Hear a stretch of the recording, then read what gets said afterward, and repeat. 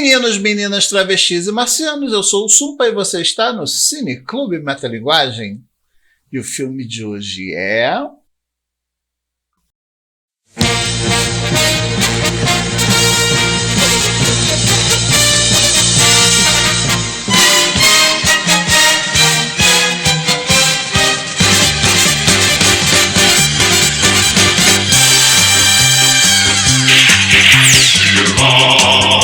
Outer space, we're leaving Mother Earth to save the human race.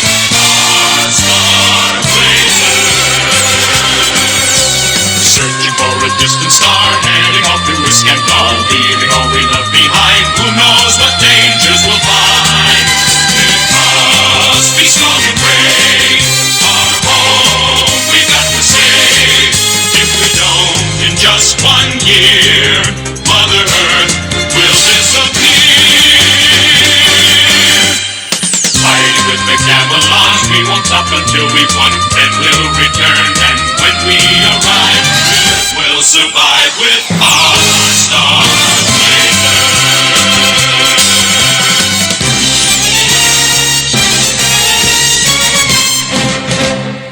Yun-Chun Sen-Kan Yamato ou Space Battleship Yamato. Claro, se você for americano, você também pode chamar de Star Blazers. Afinal de contas, esse foi o nome da patrulha estelar lá nas terras do Tio Sam. Só que esse filme é a versão de 2010. O filme tenta adaptar A Busca por Skandar. A Busca por Skandar é a primeira série da trilogia, que é composta por A Busca por Skandar, O Cometa Império e A Crise do Sol. Curiosamente, A Busca por Skandar ela não foi exibida no Brasil. Até existe material dela em VHS, dizem que foi exibida durante os testes da TV Manchete, mas eu sei que o VHS é legendado. Se foi exibido na Manchete, deveria ter sido dublado, deveria ter uma matriz dublada, mas não é o caso. Já que a gente só conhece Patrulha Estelar a partir do Cometa Império. Bora conhecer o filme? E ouvir umas curiosidadezinhas, porque afinal de contas, a gente também é de curiosidade. E lá vamos nós! Bom, o nome Yamato ele carrega um peso histórico, simbólico e cultural enorme para o Japão. Antes de ser uma nave espacial em um anime, Yamato foi o nome antigo do próprio Japão e se tornou sinônimo de identidade nacional, tradição, honra e continuação histórica. Continuidade histórica, na verdade, né? Quando esse nome foi dado ao maior encouraçado já construído pela Marinha Japonesa durante a Segunda Guerra Mundial, ele passou a representar não só o poder tecnológico do país, mas também o espírito do Japão Imperial e, digamos assim, um símbolo de medo para os outros países, né? Afinal de contas...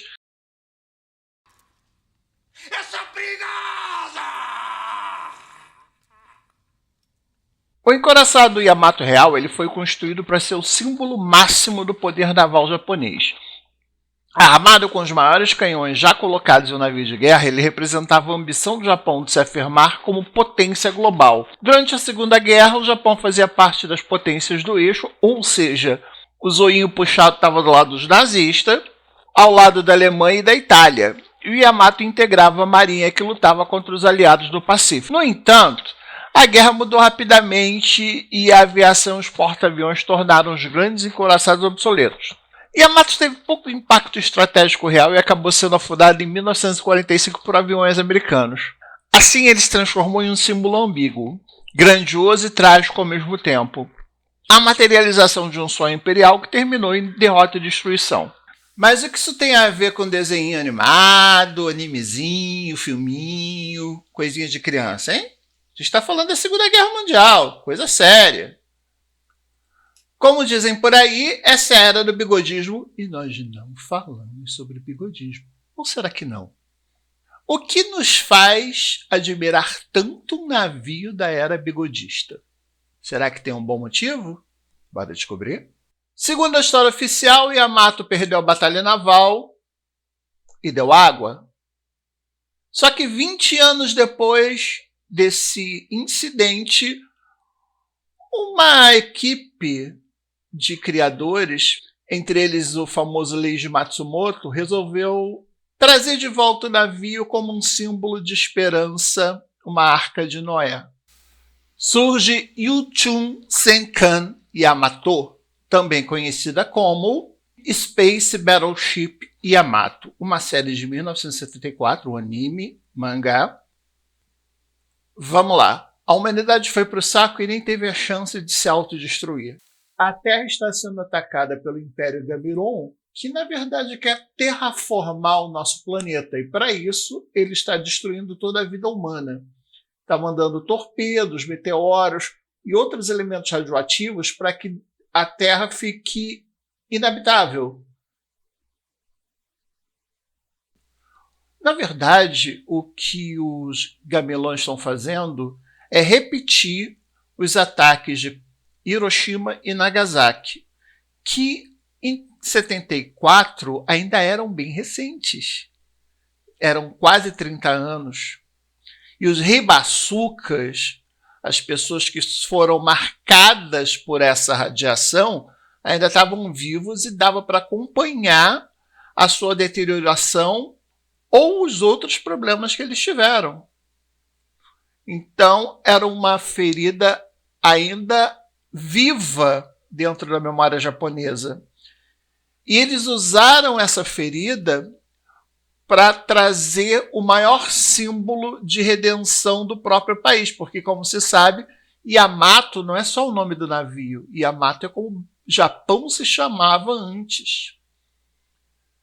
E nesse momento em que o Yamato ressurge, ele traz a esperança para toda uma população, inclusive as que estavam virando ribaçuca. Porque, afinal de contas, na história, todos eram ribaçucas. Detalhe, ribaçuca é o nome das pessoas que sofreram ataques radioativos. Eram as pessoas que estavam tendo cicatrizes, eram as pessoas que estavam tendo câncer, deformações. E era sobre isso que Patrulha Estelar falava no fundinho lá. Sobre os ataques americanos, de uma certa forma, e sobre como trazer de volta a memória do país e digamos a fé, digamos a esperança, digamos o orgulho que foi perdido durante a Segunda Guerra Mundial, mas isso em tom de animezinho de aventura, para você ver o quanto as suas historinhas de infância podem ter tons, semitons, textos e subtextos. Eles vão até um planeta distante em busca de uma solução para os problemas radioativos e acabam combatendo o Império Gamilon e o Generalíssimo Deslocke. É uma história longa que a gente vai conversar sobre isso quando eu falar dos animes, mas é basicamente isso. Para poder fazer essa viagem, nada melhor do que trazer de volta o maior símbolo do país, o Yamato, que de encouraçado naval é transformado na mais poderosa nave espacial e última esperança dos seres humanos. E é aqui que começa a nossa jornada. Resumindo, esse é a história da primeira fase, a busca por Skandar. Em 2199 tem essa invasão Gamilon, a Terra está radioativa e surge uma mensagem dizendo que no planeta Skandar vai ter a solução para os problemas. A Yamato é reconstruída e a aventura começa. O Japão pós-guerra, marcado pela derrota e pelo trauma nuclear, reconta sua própria história por meio da ficção científica. O poder que destruiu agora protege, o sacrifício que foi inútil agora faz sentido. Essa jornada da Yamato no espaço funciona como uma metáfora moral e histórica. A nave carrega o peso do passado, mas aponta para um futuro possível. A tripulação jovem, cooperativa e ética contrasta com a rigidez militar do Japão imperial. A missão não é conquistar, mas preservar a vida. No Brasil, como eu disse, a Patrulha Estelar foi exibida aqui em 80, na Rede Manchete, dentro de programas infantis como o Clube da Criança e o Circo do Carequinha. Para muitos brasileiros, esse foi o primeiro contato com anime de tom sério, dramático e contínuo, diferente dos desenhos episódicos tradicionais. A exibição era baseada na adaptação americana Star Blazers, que tinha os cortes, mudanças e readaptações para simplificar as coisas, né? Ainda assim, marcou uma geração e ajudou a formar o público da animação japonesa do país. Curiosamente, a terceira temporada ela veio direto do Japão. Sem dúvida, a fase mais inesquecível é a do Cometa Império. 3 anos após a busca por Skandar, em que eles derrotam os Gamilon, que são os inimigos que estavam tentando destruir a Terra, surge a nova ameaça, o Cometa Império, uma civilização militarista que viaja pelo espaço escondida dentro de um cometa gigantesco, conquistando e destruindo planetas. A Terra se torna o próximo alvo e Yamato precisa sair novamente para impedir a missão. E o curioso é que essa história ela surge originalmente para dar um fim heróico para o Yamato. Essa história surgiu para dar um fim heróico no Yamato, porque afinal de contas o japonês adora a jornada do herói helênico, em que o herói morre no final. E a primeira versão disso é o filme Arrivederci Yamato, de 1978, que seria o final definitivo da saga. No Arrivederci, Yamato enfrenta o Cometa Império, uma batalha final trágica, a nave e seus tripulantes se sacrificam para destruir o inimigo e salvar a Terra. O tom é sombrio, melancólico e definitivo, ou uma despedida literal do mito do Yamato. Como eu disse, é o mito do herói helênico. O herói morre no final. Afinal de contas, todos os personagens, incluído o navio, que significava toda a esperança deles, precisa se sacrificar para manter o mundo perfeito. E essa versão enfatiza o sacrifício supremo e ecoa fortemente a memória japonesa da guerra, salvar o mundo ao custo do presente. O ponto é que a reação emocional do público a esse final foi tão forte que os criadores decidiram refazer a história em formato de série. Aí surge Space Battleship Yamato 2, mais conhecida como a saga do Cometa Império. Nessa versão, a narrativa é mais longa, os personagens são mais desenvolvidos e o final é menos trágico. A Yamato sobrevive, a humanidade segue em frente e a história não termina em aniquilação, mas em continuidade. É a mesma ameaça, mas com uma mensagem mais esperançosa. Sendo que é interessante aqui, porque se no original você tinha os inimigos de Gamilon, com a destruição de Gamilon, originalmente, o Deslocke de Gamilon, que é o maior vilão da primeira série, se torna um dos vilões da segunda, porque ele se alia ao Cometa Império, Gamilon vai sobreviver ao Cometa Império. Aliás, os Gamilon, eles são os inimigos das 3 temporadas. Se eu não me engano, na terceira, já como Império Galba Gamilon, eles até dão uma ajudinha na busca pelo Sol. Mas sempre temos esse personagem, o Deslocke, como um personagem importante que ou está contra ou a favor, mas nunca é esquecido, nunca é relegado para segundo plano. O Generalíssimo Deslocke, que é o líder dos Gamilon.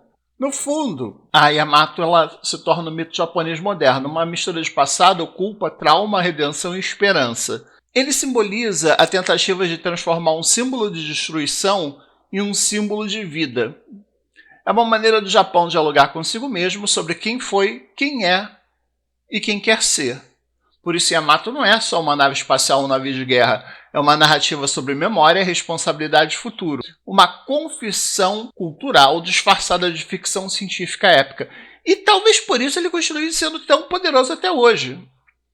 Não só porque usa a jornada do herói, mas porque tem toda essa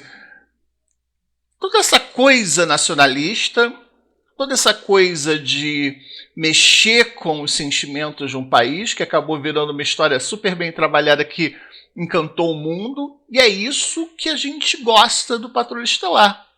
Tem 52 anos que essa história foi criada. E a gente continua falando sobre isso, e mais do que nunca. Há pouco tempo, 5 anos atrás, a primeira saga, A Busca por Skandar, ela foi relançada com uma nova animação. Você pode encontrar isso no Crunchyroll.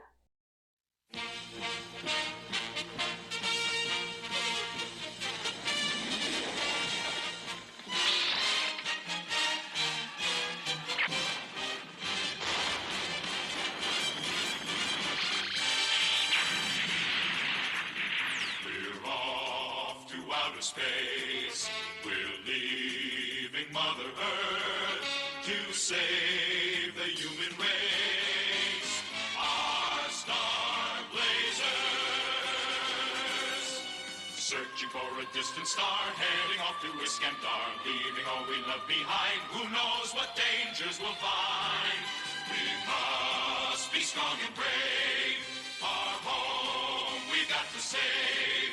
If we don't, in just 1 year, Mother Earth will disappear. Fighting with the Gamelons, we won't stop until we've won. Then we'll return, and when we arrive, the Earth will survive with our Star Blazers.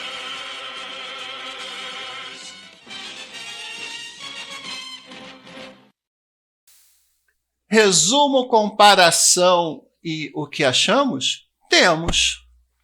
No ano de 2199, a Terra está à beira da extinção. Uma raça alienígena conhecida como Gamilas, que aqui no Brasil ficou conhecida como Gamilon, está bombardeando o planeta com bombas radioativas, tornando a superfície inabitável. A humanidade se refugia no subsolo, mas sabe que isso é uma solução temporária.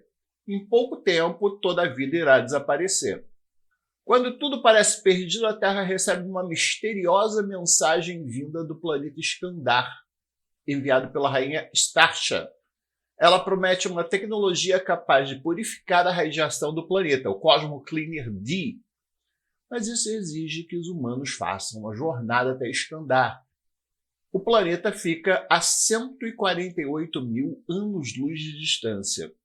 Para essa missão impossível, a humanidade reconstrói o antigo encoraçado japonês Yamato, transformando-o na nave espacial mais poderosa já criada, o Space Battleship Yamato.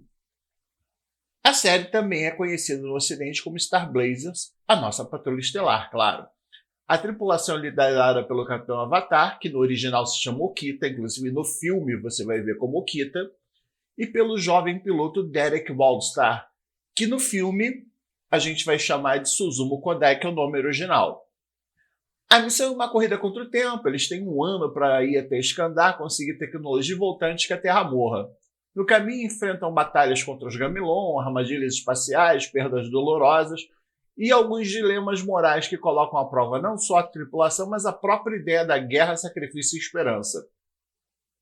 Como deu para perceber, e a gente já está falando isso há um tempo, a história de Patrulha Estelar é sobre redenção, responsabilidade e sobre como mesmo uma civilização à beira do fim ainda pode escolher lutar não por vingança, mas pela sobrevivência do futuro. O anime teve 26 episódios para realizar toda essa história, para contar toda essa história e desenvolver os personagens. Já o filme, ele não tem esse tempo todo. Então ele tomou algumas liberdades criativas, como, por exemplo, ele não explica muita coisa a não ser o necessário. Os Gamilon estão ali atacando, a Terra está sendo destruída.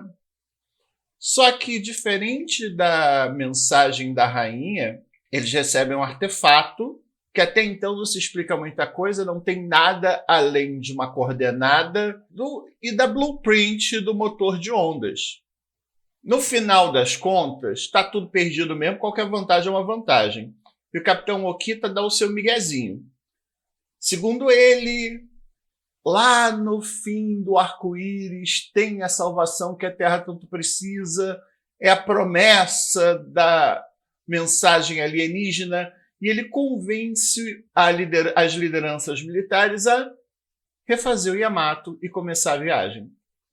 Ou seja, diferente da série que a gente conheceu a Starsha, que a gente conheceu toda a proposta, que a gente viu todo esse desenvolvimento, no filme isso não existe. Aliás, o nome dela nem é citado.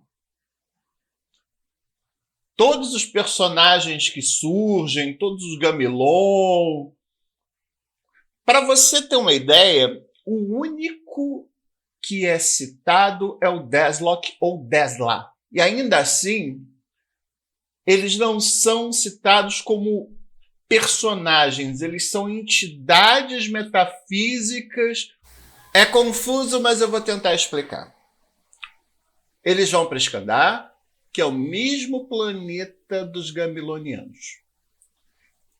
O curioso é que é a mesma raça, são todas entidades metafísicas, só que houve uma revolta e os Gamilonianos decidiram dominar o universo e refazer a Terra à sua imagem e semelhança. Enquanto os chamados de Skandarianos foram aprisionados pelo povo de Gamilon, e foram eles que chamaram a Terra para ajudá-los e oferecer uma troca de melhoria. Uma vez que, através dos poderes dessa entidade que entra em contato com a Yamato, eles podem acabar com a radiação. Ou seja, o migué do Okita não é tanto migué assim. É diferente, é meio confuso, é quase nada explicado direito, mas funciona dentro do projeto que a gente está vendo. Porque, afinal de contas, eles não têm 26 episódios para desenvolver uma história. E precisam correr com o que é uma space opera visualmente perfeita. É uma coisa simples, porque a história tem que ser corrida. É uma explicação meio meia boca. Não é ruim, mas podia ser melhor aproveitada. Um ponto que fica bem claro aqui é que o filme mostra a redenção do Kodai. Do rebelde que perde o irmão e simplesmente culpa o Capitão Okita por tudo, ao capitão que tem de fazer sacrifícios até maiores do que o Okita fez. Porque eu não sei se você sabe ou lembra, o Kodai mais velho, irmão mais velho do nosso capitãozinho, do Derek Wallstar, ele morre durante a primeira batalha, logo no comecinho do filme. E no comecinho do filme, Kodai mais novo, ele está captando recursos para poder negociar e ganhar algumas vantagens, né? Ele está catando recursos em lixões e oferecendo para os militares em troca de alguma vantagem. Ele abandonou qualquer ligação militar e passou a viver essa vida. Recluso, o rebelde, o lobo solitário. E basicamente o filme é sobre isso. Um lobo solitário que precisa aprender a liderar e ele é forçado a assumir o seu destino. Um ponto interessante é que ele e Okita são personagens espelho. Sabe o que você vai ser quando crescer? É basicamente isso. O All-Star é obrigado a ver e encarar o futuro que ele está negando, assumir as responsabilidades que ele não acredita que é capaz, justamente porque nessa guerra de ideologias contra o Okita, ele percebe que ele está lutando contra ele mesmo, que o presente precisa desse futuro, e o Okita faz com que ele não tenha caminho de volta. Ele força a evolução. Quando o Capitão Okita fica doente, Kodai ele é forçado a assumir o destino dele. E é interessante porque, ao mesmo tempo que ele vai fazendo isso de uma certa forma natural, ainda que ele vá contra o status quo, ele tem o choque, embate. Vamos lá, essa é a nova Forrester do Patrulha Estelar. Se você só conhece assim pela versão do Star Blazer. Só que nesta versão do filme, ela é mais Mary Sue, mais lobo solitário, ela acha que vai resolver tudo sozinha, ela tem raiva e ódio no coração porque o Kodai abandonou tudo, o irmão dele morreu, deixou o irmão dele morrer. E ela é aquela personagem que vai evoluir para ser a parceira ideal do protagonista. Depois de todo o passo do raiva-ódio, eles viram frenemies e terminam como um casal. É a estrutura da comédia romântica. Tanto que no final, a felicidade do casal é confirmada porque eles têm um filhinho. E essa Yuki, ela simplesmente idolatra o irmão dele. Como eles não planejaram mais de um e resolveram fazer uma sequência épica, esse filme é o que o Arrivederci Yamato seria. É uma história completa em si mesma, simplificada e com um sacrifício final do All-Star, ou Kodai, E da nave, na verdade, de toda a nave, apenas 12 sobrevivem. Ainda assim, o capitão naufragou com um navio para salvar a tripulação. Se você parar para ver a quantidade de mensagens que existe por trás desse filme, tem tanta mensagenzinha subliminar, tem tanto subtexto, que é difícil de você não gostar. E tem aquele ponto, né? Tem muitas cenas live action que são decalcadas do anime. A abertura, o Yamato saindo, indo para o espaço, a batalha dentro da caverna, o Capitão Okita acamado, doente. É a mesma história, simplificada, com suas alterações, porque eles não poderiam fazer grandes desdobramentos do tempo que eles tinham do filme, e funciona dentro do que eles querem contar. Além disso, é o plano original do Matsumoto e galera, porque, afinal de contas, era para ser uma história só. Só que acabou dando tanto certo que eles tiveram um troço que dura 52 anos.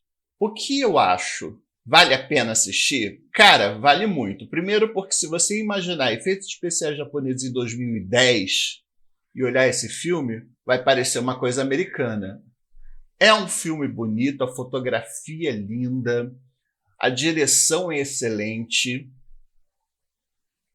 Você simplesmente consegue entrar na mente dos personagens. O que eles tiraram da história, eles ainda criaram adaptações que funcionaram dentro da história que eles queriam contar. Claro, a Tasha é basicamente apagada, né? Mas o Deathlock tá lá. Todo o resto tá lá. E serve como introdução, porque no final das contas você assiste isso e se te interessar você vai e corre atrás das séries. Como eu disse, tem até uma versão nova dessa Batalha por Skandar. Você pode catar mais nova, você pode catar mais velha. É Patrulha Estelar, cara. Qualquer coisa vale. Vale muito a pena. Vamos lá. Tudo que influencia na releitura acaba sendo influenciado e sofre pequenas mudanças. Um exemplo disso é o Analyzer. Vamos lá. O Analyzer do filme é uma mistura de Caixa Materna dos Novos Deuses com R2-D2 da segunda trilogia de Star Wars e um drone de batalha. Por quê? Primeiro porque ele é uma IA que guia máquinas e conversa com o Kodai, porque ela tem identidade própria. Segundo, porque ele serve como piloto do Tigre Negro e de outras máquinas. Se você inserir o corpo dele, ele se encaixa na nave e guia a nave.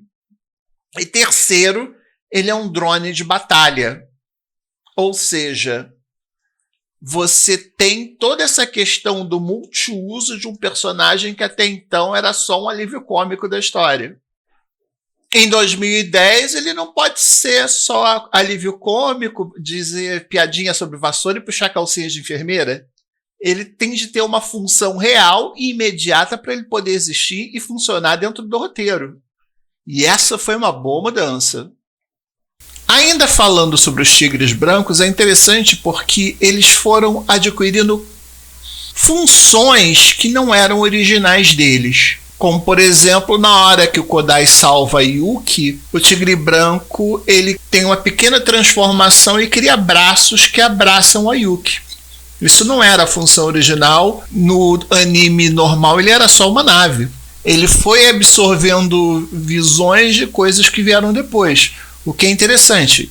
Influenciou, acaba sendo influenciado na releitura. E uma questão muito curiosa é que, já que a gente está falando do médico, do Dr. Sado Sakezo, no filme ele foi substituído por uma doutora, que era a Reiko Takashima. Curiosamente, um doutor cachaceiro tarado que só fala besteira não funcionava em 2010, né? Olha o politicamente correto cobrando seu preço aí. Só comentando, não matem o mensageiro. O roteiro desse filme não podia ser de outro, né? Leiji Matsumoto. O cara tá metido em praticamente tudo da série desde o comecinho. É um dos criadores da série. E a direção é extremamente competente. E quando você vê o que o Takahashi Yamazaki fez depois, Ultraman, Doraemon, ele está envolvido com todos os Godzilla, principalmente o Zero e o One. Você vê que o cara é extremamente versátil e capaz de fazer um excelente trabalho com o que tem na mão, sabe? É uma excelente escolha para o que Patrulha Estelar seria. Uma história com começo, meio e fim. Ele soube trabalhar bem o que o Matsumoto mandou. Já a tripulação da Yamato, ela é composta por Takuya Kimura, que fez o Suzumu Mamoru, nosso herói, né, o irmão mais jovem do Mamoru, e acaba virando o líder da equipe de combate porque ele era o líder dos Tigres Brancos antes de virar o catador de lixo. A Meisa Kuroki, que é a Yukimori, que é a piloto do Esquadrão Tigre Branco, que acaba virando o interesse romântico do Kodai. Naota Ogata, o Dai Tsukishima, que é o diretor navegador. Reiko Takashima, que eu já falei, que é a doutora Sado, que acaba virando a médica de bordo. Não tem problema se você colocar um saquezinho na mão de uma mulher, né? Tem problema de você botar o doutor cachaceiro. O Toshiyuki Nishida, que é o Rikozaemon Tokugawa, o engenheiro-chefe. Hiroyuki Keushi, que é a Hajime Sato, comandante policial da nave. Maiko Shikoriki Aihara, que é o comandante oficial. Toshihiko Yashiba, que é o Yasuo Nambu, da unidade tática. O Kazuki Namioka, que é o Saburo Kato, do Esquadrão Tigres Negros. Takumi Saito, que é a Akira Yamamoto, também do Esquadrão dos Tigres Negros. Takahiro Miura, o Furuya, que é também do Esquadrão dos Tigres Negros. Tsutomu Yamazaki, que foi o Juzo Okita, o capitão da Yamato, o primeiro capitão. E Kensuke Wada, que foi o Kenjiro Ota, o navegador. Essa é a equipe da nave. E praticamente são os atores que você mais tem informação. Os outros você não tem tanta, não. E eu já falei. E agora, o que você está esperando para ir assistir isso? Cá entre nós, super vale a pena, como eu já disse antes. E vai te abrir interesse para a série Patrulha Estelar. Corre lá. Então é isso, gente. Por aqui eu fico. Nos vemos no próximo Cine Clube. E por hoje é só. Que nota a gente dá? Claro que 10. Abraço, fiquem todos bem. Obrigado por nos assistir. E não se esqueçam de curtir, comentar, compartilhar. E se puder, hypar, né? Se você puder dar uma força para o criador pequeno, você vai ter sempre o prazer de dizer que curtia ele antes dele ter virado modinha. Olha só que legal. Um abraço para todos.